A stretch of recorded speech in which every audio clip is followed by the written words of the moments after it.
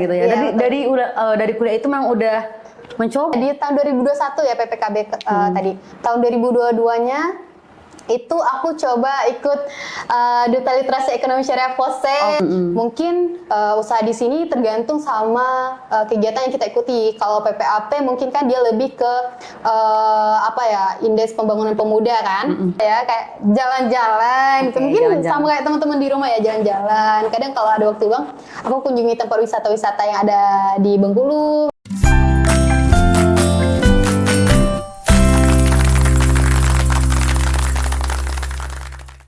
Assalamualaikum warahmatullahi wabarakatuh. Hai, ketemu lagi bareng aku Dika Handayani. Tentunya di podcast Zona Dialog ada kisah di setiap peristiwa. Nah, kali ini kita kedatangan tamu yang gak kalah luar biasa dari sebelum-sebelumnya. Daripada sahabat-sahabat Zona Dialog penasaran, kita kenalan dengan tamu kita pada hari ini. Hai Lisna. Halo teman-teman semuanya. Nama aku Lisna. Ya, jadi sebelumnya aku udah sempat baca CV Lisna nih ya. Banyak sekali prestasi-prestasi seperti itu. Masya Allah.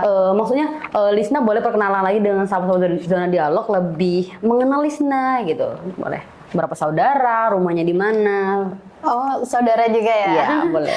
Oke, halo teman-teman semuanya. Jadi aku Lisnawati Delimunte. Aku anak pertama dari 5 bersaudara. Adik Anak aku pertama cewek ya? semua. Cewek semua. Banyak saingan ya? Anak pertama juga kan? Anak pertama juga. Ya, aku tinggalnya di Kampung Bahari, Kota Bengkulu. Jangan lupa mampir. Oke. Jadi sahabat-sahabat Zona Dialog, kalau ada yang di sekitar Kampung Melayu tadi ya, boleh Iya. mampir ke rumah Lisna. Boleh. Salah satunya nih Lis, yang pertama kita untuk mengawali ini ya, aktivitas Lisna sekarang ini apa nih? Untuk aktivitas saat ini, kebetulan aku baru lulus ya dari Informatika Soekarno Bengkulu, jadi lebih ke freelance gitu. Oh, jadi gitu. jadi talent di beberapa event gitu ya, aktivitas-aktivitas, kegiatan-kegiatan pengembangan masyarakat, kepemudaan itu sih untuk mengisi-ngisi waktu luang juga kan. Ya, oke. Nah, salah satu yang aku lihat di CV Lisna ya, kalau Lisna ini sahabat Zona Dialog lebih ke pageant-pageant gitu. Jadi Lisna ini sosok yang cewek banget. Jadi biasanya cewek-cewek banget itu udah tahu ya gimana sosok seperti Lisna ini. Jadi Lisna ini beberapa kali mengikuti pageant-pageant seperti itu. Kemudian salah satunya juga yang terakhir aku lihat di CV-nya itu sebagai pertukaran pemuda antar provinsi seperti itu ya Lisna. Tapi aku cuma tahu prestasi Lisna nih sahabat-sahabat Zona Dialog, tapi nggak tahu gimana sih sebenarnya cerita di balik prosesnya ini Lisna ya. Boleh Lisna berbagi cerita dengan sahabat-sahabat Zona Dialog awal memulai karir di pageant sampai terpilih di PPAP. Silakan. Oke. Kalau awal mulanya ya teman-teman, sebenarnya kegiatan aku nggak cuma fokus di pageant-pageant aja gitu, tapi juga ada menyasar ke kegiatan-kegiatan volunteer dan pengembangan masyarakat juga dan beberapa organisasi juga tentunya. Nah, untuk di pageant kebetulan awal mula mengikuti pageant itu di waktu kuliah. Oh, waktu Rika. kuliah gitu ya. Iya, Dari kuliah itu memang udah mencoba di situ ya. Ya, waktu itu kuliah semester 1 di tahun 2019, awal mula aku masuk kuliah itu mencoba ikut pemilihan duta PB waktu itu, dan alhamdulillahnya itu terpilih jadi duta intelijensi PB. Awal mulanya tuh kayak penasaran sebetulnya sama dunia pageant gitu kan, apalagi kalau dengar dari teman-teman semuanya itu banyak yang bilang, ih kalau ngikut duta itu harus cantik katanya. gitu ya, Jadi pengen kayak modis ya? pembuktian gitu kan. Bisa nggak Aku ya? cantik nggak ya? Gitu ya. Tapi setiap perempuan emang cantik pada Iya, dasarnya. kayak benar. Itu kemudian pengen belajar juga gitu kan, pengen menambah value diri sendiri juga gitu kan. Makanya coba ikut-ikut kegiatan kompetisi-kompetisi, nggak cuma pageant juga, kegiatan-kegiatan lain juga, karena aku aktif di kegiatan ekonomi syariah juga kan. Karena aku mahasiswa ekonomi waktu itu. Nah, jadi setelah itu aku mencoba lebih jauh lagi. Itu mengikuti pemilihan Putra Putri Kebudayaan Bengkulu, dan itu di tahun pertama kami diselenggarakannya pemilihan Putra Putri Kebudayaan Bengkulu. Kemarin kebetulan dapat top 15, alhamdulillah juga ya. Dari berapa pasang nih? Itu sebelumnya dari pendaftar ya, dari pendaftar semuanya. Kalau pendaftarnya udah lupa ya, tapi emang antusiasnya itu cukup banyak pada saat itu ya, dan terpilih jadi 15 pasang dan alhamdulillah masuk top 15 itu tadi kan. Dan di PPKB juga sebetulnya dapat Duta Inklusi Pegadaian Syariah waktu itu, alhamdulillahnya. Dan setelah itu di tahun 2022, jadi setiap tahunnya ada nih. Iya, setiap tahun ya. Dari 19, 21, 22 gitu ya. Ya di tahun 2021 ya PPKB tadi. Tahun 2022-nya itu aku coba ikut Duta Literasi Ekonomi Syariah POSE. Duta Kebetulan itu Literasi sama gitu. Lika juga kan di POSE, aktif di POSE Iya, juga oke. guys. Itu kan dari seluruh Indonesia dan itu pemilihan pertama aku yang skalanya nasional. Kebetulan emang anak-anak yang mempunyai kecintaan terhadap ekonomi syariah dan aktif di bidang ekonomi syariah tersebut. Jadi kami mencoba gitu kan dari berbagai macam provinsi. Kemudian alhamdulillah terpilih juga itu berapa pasang ya? Berapa orang ya? 15 orang kalau tidak salah ya. Kalau tidak salah soalnya udah lama jadi agak lupa kan. Itu dari situ aktif juga ngisi-ngisi webinar, kemudian sosialisasi dan sebagainya. Dan di tahun 2023 itu mencoba Bujang Gadis Bengkulu dan alhamdulillahnya lagi kemarin terpilih menjadi wakil 3 Gadis Bengkulu tahun 2023. Alhamdulillah sekali itu setelah wisuda sebetulnya. Setelah wisuda ya. Dan di tahun 2024 terakhir pada bulan berapa ya? Di tahun ini 7 bulan 8 kalau nggak salah. Itu alhamdulillah jadi delegasi Provinsi Bengkulu dalam pertukaran pemuda antar provinsi yang disebutkan sama Lika tadi. Itu diselenggarakan oleh Kementerian Pemuda dan Olahraga Republik Indonesia. Dan kegiatannya itu dilaksanakan di Kalimantan Utara. Di Kalimantan Utara ya. Artinya kalau se-Indonesia tadi ya PPAP ini ya. Jadi Lisna memang benar-benar ketemu dengan teman-teman pemuda se-Indonesia di Kalimantan itu ya. Iya. Kebetulan emang seluruh Indonesia kita disatukan di 2 zona, ada di zona tengah sama zona barat. Untuk zona barat kebetulan Provinsi Bengkulu pada saat itu jadi tuan rumah nih Lika. Oh gitu. Iya, dan karena kita dari Bengkulu, sebenarnya satu provinsi itu kan diwakili oleh satu pasang ya, satu putra, satu putri. Nah, karena kita dari Bengkulu, jadi yang dari Bengkulu itu satu pasangnya itu ke Kalimantan Utara semua di zona tengah, yang di Kalimantan Utara satu pasangnya itu ke Bengkulu. Seru banget ya tuh. Gitu. Jadi kayak bertukar gitu ya. Mereka di sana di sini.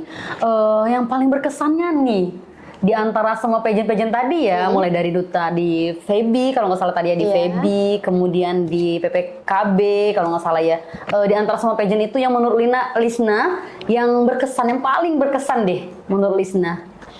Sebetulnya semuanya berkesan ya teman-teman ya. Yang paling berkesan ya di sini ya, yang paling berkesan.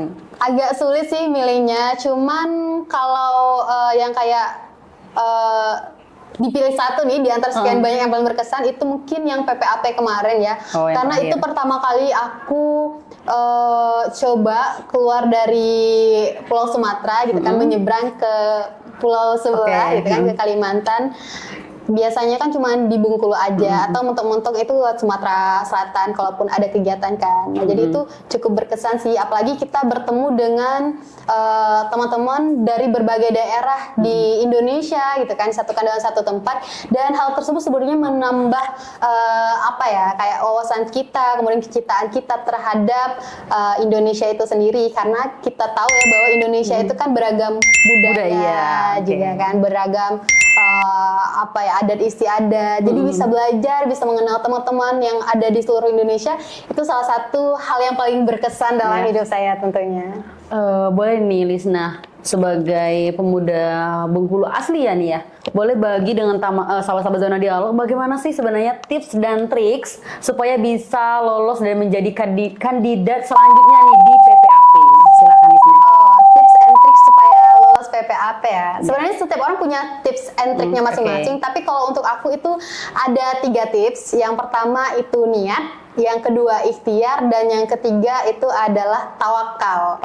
Yang pertama, kenapa sih niat? Gitu kan? Karena kalau kita tahu ya, Rasulullah itu bilang kan innamal a'malu binniyat. Innamal likulli imri'in ma nawa. Jadi segala sesuatu yang kita kerjakan itu tergantung sama niat kita. Kalau niat kita baik, insya Allah segala sesuatunya juga akan berimpact baik ke diri kita, baik ke diri kita sendiri itu tadi maupun orang lain. Kemudian yang kedua itu ikhtiar atau berusaha, karena percuma kita ada niat tapi kita tidak mau berusaha gitu. Mungkin usaha di sini tergantung sama kegiatan yang kita ikuti. Kalau PPAP mungkin kan dia lebih ke Indeks Pembangunan Pemuda kan. Jadi mungkin teman-teman yang pengen ikut PPAP bisa mempersiapkan kayak pengabdian atau mungkin kegiatan-kegiatan pengembangan kepemudaan sebelumnya. Kemudian kita di situ juga ada seleksi kayak semacam bakat, public speaking dan sebagainya gitu kan. Teman-teman mungkin bisa melakukan eksperimen-eksperimen yang kecil-kecil dulu sebelumnya gitu kan untuk mempersiapkannya lebih lanjut gitu kan. Kemudian dibekali juga dengan pengetahuan dan yang lainnya juga. Pokoknya banyak deh, harus berusaha mempersiapkan hal tersebut. Kemudian yang selanjutnya itu bertawakal, karena kita sudah niat berusaha, selanjutnya kita serahkan sama Allah ya. Benar. Karena kalau itu udah menjadi milik kita pasti akan dapet kok gitu. Kita mau berusaha sebagaimanapun juga kalau bukan rezeki kita, pasti ya enggak. gimana lagi. Walaupun demikian kita harus tetap percaya bahwa walaupun gagal nanti akhirnya itu adalah hal yang terbaik untuk kita, karena setiap orang kan punya jatah gagalnya ya. Tugas kita adalah menghabiskan jatah gagal tersebut. Jadi kalau kita gagal sekali, kita coba kedua kali. Kalau gagal kedua kali, kita coba ketiga kali. Kalau gagal lagi, kita nggak tahu kan. Siapa tahu jatah gagal kita sampai 4 gitu kan. 4 kita dapat gitu. Intinya jangan pernah berputus asa ya teman-teman semuanya. Itu. Luar biasa sekali sama saudara Zona Dialog. Jadi gini nih Lisna. Sejauh ini ya yang menjadi support system Lisna nih, karena menjawab pertanyaan dari teman-teman aku nih ya, kalau aku tuh support systemnya tuh pasangan, pacar dan lain-lain. Kalau Lisna sendiri gimana nih support systemnya, dari mana? Dari pasangan juga kah atau dari mana nih? Kalau pasangan ya kebetulan aku belum menikah. Pacar deh. Sebetulnya aku belum pernah pacaran nih kalau boleh jujur ya, karena kalau kita melihat ya di dalam Al-Quran sendiri, anak win banget nih. Oke, anak win banget. Wala taqrabu zina innahu kana fahisata wa sa'an sabila gitu kan. Dan janganlah kamu mendekati zina karena zina itu perbuatan yang keji dan mungkar. Jadi kalau bisa meminimalisir untuk tidak berpacaran, saya lebih memilih untuk tidak berpacaran untuk saat ini ya. Enggak tahu kan. Gitu sih. Jadi kalau untuk support system, mungkin itu lebih ke diri sendiri sih Rika. Karena kalau kita ikut segala sesuatunya itu karena orang lain misalnya, atau motivasinya karena orang lain, menurut saya ketika dia berpaling dari kita, terus motivasi kita siapa? Hilang gitu ya? Ya hilang. Tapi kalau diri kita sendiri, selama semangat itu masih ada di dalam diri kita, insya Allah kita akan tetap semangat dan termotivasi terus ke depannya. Selain diri sendiri tentunya ada orang tua juga yang menjadi support system. Dan juga teman-teman tua ya, teman-teman terdekat aku. Contohnya kayak yang di sebelah, yang di sana. Dan juga teman-teman yang lainnya. Alhamdulillah di lingkungan aku itu teman-temannya sangat mensupport ya semuanya. Jadi menurut Lisna ya berarti support system itu bukan dari pacar tadi ya. Karena banyak banget sih anak-anak muda yang sekarang ini mereka bergantung banget sama pasangan mereka. Maksudnya aku tuh nggak terlalu bersemangat kalau nggak ada pacar. Yang mungkin ya mereka itu pengennya ya kayak kalau pagi-pagi tuh dikasih semangat sama pacar. Yang mereka butuhkan tuh seperti itu kayaknya Lisna ya. Iya ada sih, itu tergantung sama orangnya juga kan. Pilihan ya Lisna. Ya, pilihan. Berbicara tentang anak muda tadi ya, Lisna.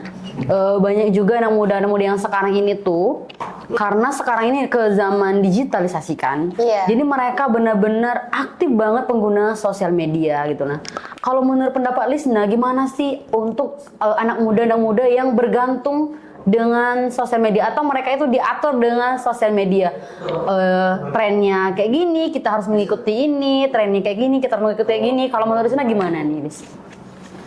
Kalau saya sendiri sih mengartikan bahwa sosial media itu ibarat satu bilah mata pisau, di mana kedua sisinya itu ada dampak positifnya, ada dampak negatifnya gitu ya. Tinggal bagaimana cara kita memaksimalkan dampak positif dan meminimalisir dampak negatif. Dan sebenarnya sosial media itu tidak terelakkan ya, apalagi kita akan memasuki era digital gitu kan. Jadi kita juga harus aware dan kalau bisa kita harus coba beradaptasi dengan hal tersebut. Cuman kedepannya kita harus bisa memilah-milah nih. Jangan semua informasi yang kita dapat dari media sosial itu ditelan mentah-mentah, itu jangan. Kita harus pintar kayak apa ya, menyaring juga kan informasi-informasi yang kita dapat di media sosial. Karena media sosial juga sebetulnya bagus, apalagi untuk membranding diri kita kan ya. Kalau zaman sekarang itu banyak juga yang kayak kalau kita mengikutin wawancara atau segala macam pemilihan gitu kan, orang melihat dari sosial media. Iya, dari sosial media kita itu. Jadi itu udah jadi CV ya sebenarnya ya. Iya, ada juga yang mengatakan bahwa sosial media sosial itu adalah CV kita kan. Jadi orang bisa mengakses dan bisa melihat bagaimana sih kepribadian kita. Jadi untuk memposting dan juga untuk melihat informasi-informasi itu harus disaring dulu apa yang mau kita posting dan apa yang mau kita dapatkan dari sosial media itu sendiri tentunya. Oke, jadi sebenarnya ngaruh ya, sosial media itu ngaruh ke kehidupan kita, tapi bagaimana cara kita menggunakan sosial media itu tersebut, seperti itu ya Lisna. Kemudian juga sejauh ini ya harapan Lisna ke depannya itu gimana nih Lis? Terkait pekerjaan kah atau ya ke pekerjaan aja deh. Atau yang dari fresh graduate tadi ya. Kalau harapannya ke depan sih ya pengen coba-coba juga kan dapatin pekerjaan yang tetap gitu. Dan di sisi lain aku juga pengen harapannya ke depan semoga ya bismillah lagi coba juga apply beasiswa S2. Semoga nanti ada yang nyangkut satu gitu kan. Pengen coba belajar lagi karena menurut saya ilmu saya masih cetek. Masih sedikit gitu, jadi pengen belajar terus dan belajar terus gitu. Oke. Keren juga sih tips dari Lisna ya. Sembari menyiapkan beasiswa kan kita mencari kesempatan-kesempatan yang bisa kita ambil ya Lisna ya. Kalau Lisna sendiri sih tadi kan katanya kalau support system itu sebenarnya bukan berasal dari pacar tadi ya, bukan juga dari pasangan. Kalau menurut Lisna, gimana sih cara Lisna menghadapi kebosanan hidup nih? Biasanya kita kalau nggak beraktivitas, kita cuma sekedar rebahan, scroll TikTok, Instagram itu biasanya boring ya. Gimana Lis untuk meminimalisir kebosanan hidup? Ya, kalau bosan tentunya setiap orang punya kebosanannya ya. Dan aku selalu menerapkan sama diri aku untuk jangan mageran, jangan jadi penonton, tapi jadi inisiator, gitu. Jadi inisiator dan jadi aktor. Jadi ketika aku punya waktu luang, gitu kan, misalnya lagi nggak ada kerjaan atau lagi nggak kuliah gitu, aku coba cari kegiatan-kegiatan yang mungkin kedepannya bisa jadi apa ya, tempat atau wadah untuk aku belajar dan berkembang gitu kan. Banyak kok kegiatan-kegiatan yang bisa kita ikuti, kayak kegiatan-kegiatan volunteer gitu. Kebetulan aku juga ikut ini kan volunteer 1000 Guru Bengkulu gitu kan. Dan juga sering ikut-ikut pelatihan, juga ada beberapa pelatihan yang aku ikutin gitu. Jadi jangan karena ada waktu luang jadi dipakai untuk tiduran aja, itu enggak. Atau kalaupun lagi nggak ada kegiatan, biasanya aku ngisi dengan hobi-hobi aku nih Lika. Hobinya apa nih? Aku juga lupa tadi nanya ya. Hobinya Lisna tuh apa sih sebenarnya gitu ya? Hobi aku lebih ke kayak jalan-jalan. Mungkin sama kayak teman-teman di rumah ya, jalan-jalan. Kadang kalau ada waktu luang, aku kunjungi tempat wisata-wisata yang ada di Bengkulu misalnya kan. Atau mungkin kayak aku suka nyanyi-nyanyi juga kan, nyanyi-nyanyi aja gitu kan di dalam kamar mandi. Iya, kamar mandi atau mungkin bisa sambil gambar-gambar juga. Banyak kok kegiatan-kegiatan yang bisa kita asah ke depannya gitu. Oke, jadi hobi Lisna itu, kalau aku juga lihat ya, hobinya menyanyi seperti itu. Sahabat-sahabat Zona Dialog nanti boleh lihat sosial medianya Lisna ya. Boleh. Oke, Lisnawati Dalimunte gitu. Jangan lupa di follow. Bisa dilihat nanti postingannya tuh ada yang hobinya menyanyi, kemudian menggambar seperti itu ya Lisna ya.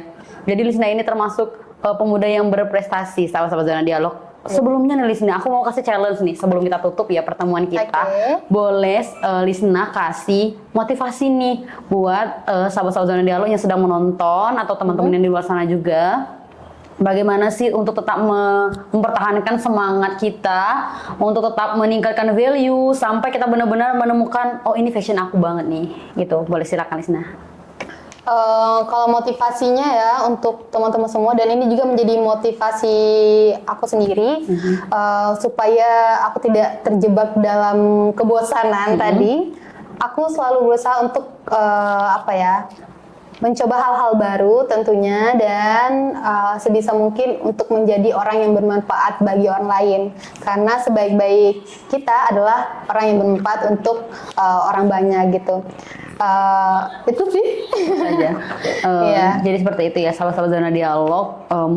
Menurut Lisna tadi ya, seperti itu untuk mempertahankannya.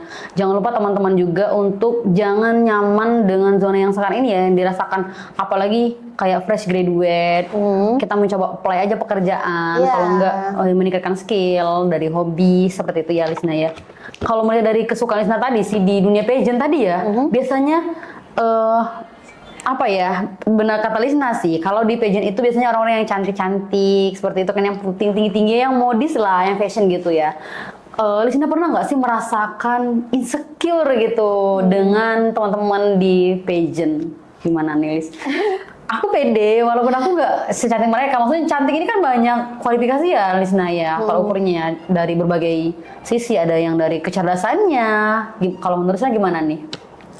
Pernah nggak ngerasain? Kalau insecure tentu pernah ya. Apalagi kalau cewek kan. Cuman sebisa mungkin meminimalisir insecure itu, dan setiap orang tentunya punya cara yang berbeda-beda untuk mengatasi rasa insecure. Kalau aku sih selalu menanamkan sama diri aku, apalagi kalau kita cewek itu kan kayak kurang merasa cantik dan lain sebagainya gitu kan. Apalagi kurang terus ya. pageant ya. Cuman aku akhir-akhir ini belajar Lika bahwa cantik itu sebetulnya lahir dari kepercayaan diri. Kalau kita percaya diri, maka rasa cantik itu akan muncul sendirinya. Dan di balik itu sebenarnya ada juga yang namanya inner beauty kan, cantik dari sikap dan juga cantik dari perilaku. Kayak kalau ada rasa insecure itu sih wajar menurutku kan, tapi jangan sampai karena insecure itu bisa membatasi teman-teman untuk bergerak dan tidak mau mencoba hal yang mungkin teman-teman rasa itu menjadi satu hal yang bermanfaat untuk teman-teman semua gitu kan. Jadi dicoba aja terus gitu kan. Kalau masalah penampilan menarik atau segala macam, sebenarnya itu bisa dipermak loh, ibaratnya gitu kan.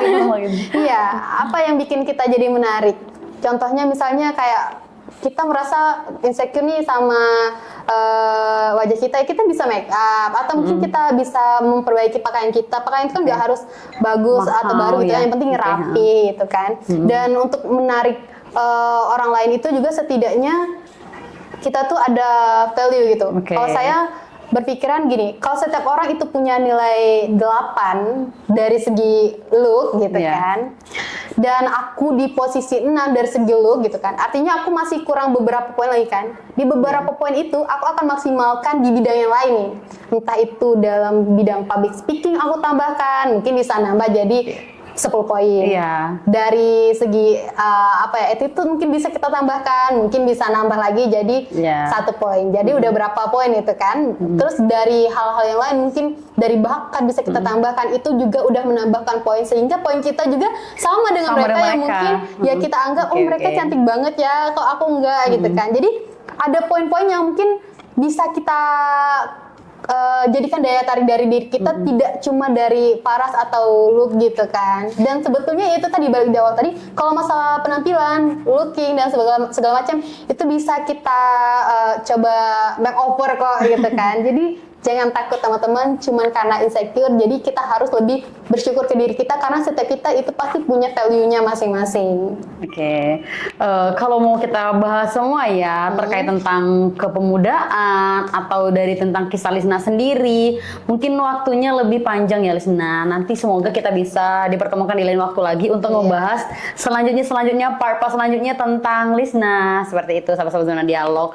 Mungkin sekian ya Lisna. Terima kasih waktunya. Terima kasih Lika dan teman-teman. Oke, Lisna, sebelum kita menutup ini, kita sapa sahabat Zona Dialog. Jangan lupa kita bilang like, comment, dan subscribe gitu ya. 1, 2, 3. Jangan lupa like, comment, dan subscribe. See you. Bye.